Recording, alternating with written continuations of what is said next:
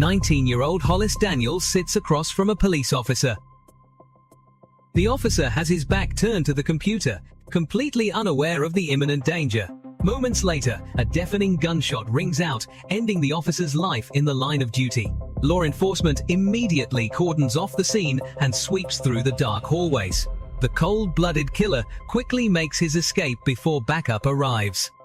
Looking back, the tragedy stemmed from trouble involving his roommate. Friends accused him of stealing a gun, prompting the police to intervene and investigate.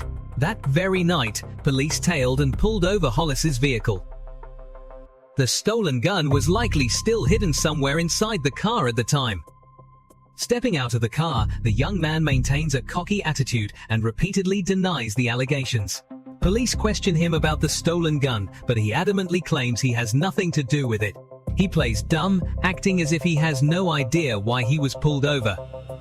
The officer is forced to conduct a pat-down search on him by the dark roadside. Even when pressed against the car, he remains uncooperative and argumentative. He insists on refusing to let police search his car, citing personal rights. Lacking sufficient probable cause, the police can only frisk the outer layer of his clothing. He successfully deceives law enforcement by keeping the weapon well hidden in the back seat. The officer tries to persuade him to cooperate, but the young man remains defiant. Ultimately, the police let him return to his car with only a few warnings. This leniency inadvertently gives the perpetrator the opportunity to keep the weapon. Subsequent reports confirmed he had moved the gun inside the car at that exact moment. The following night, gunshots ring out again, this time at the university dorms. Police are immediately dispatched to the scene to assess the situation. Roommates confirm hearing a loud bang coming from his room. Officer Floyd and his partner cautiously proceed down the quiet dormitory hallway. They are forced to use a spare key to open the locked door. Shining their flashlights, the police wake up the roommate, who was fast asleep and oblivious. They immediately question him about Hollis's current whereabouts.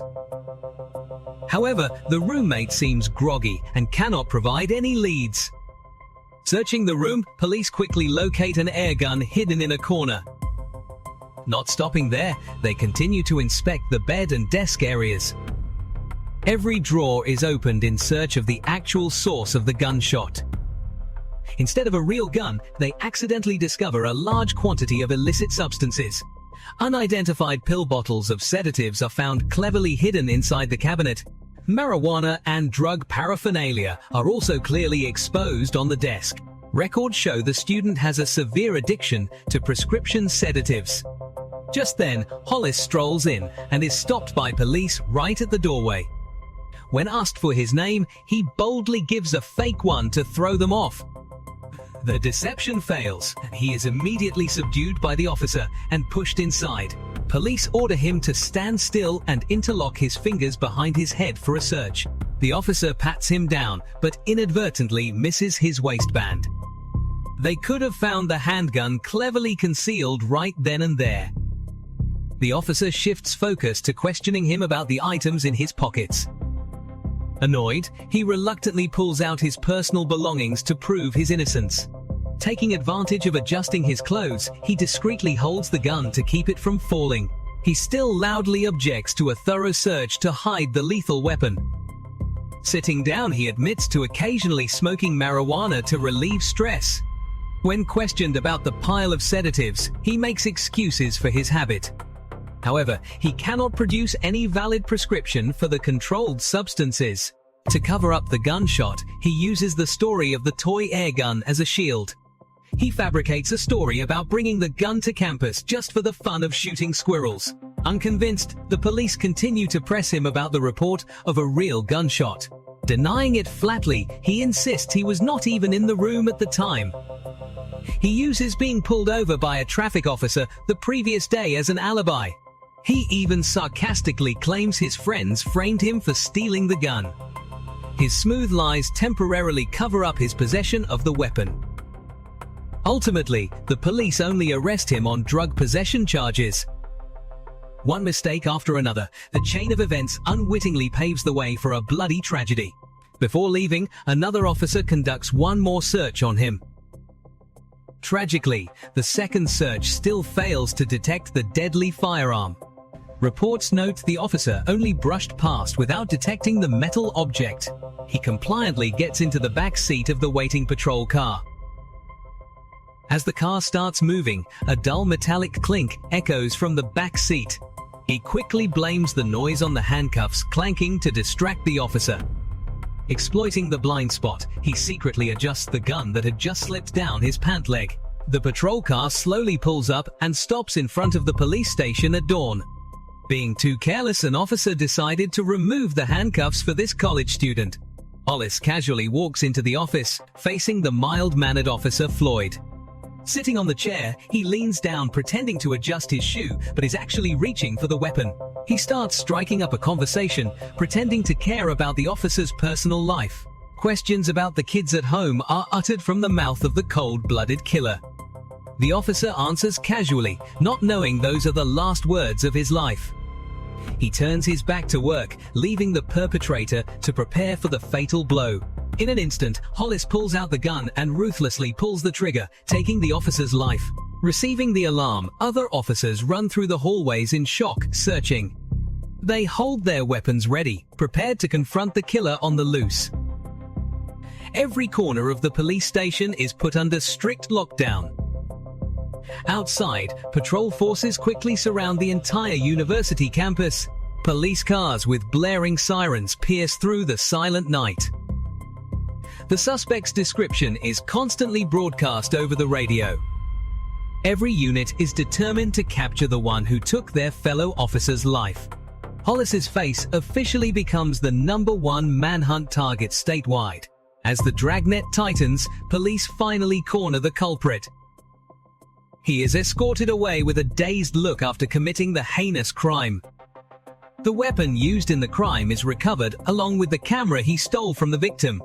Het weet vid piepeksebels de titel. Deze varves wachten unhinderd prielka. The pyramid bump traffic cameras further highlights his deceitful nature. The police officer knocks on the interrogation room door, where the culprit is waiting. Under arrest, his cocky attitude vanishes, replaced by visible panic. His incoherent statement shows the desperation and impulsiveness at the moment of the shooting.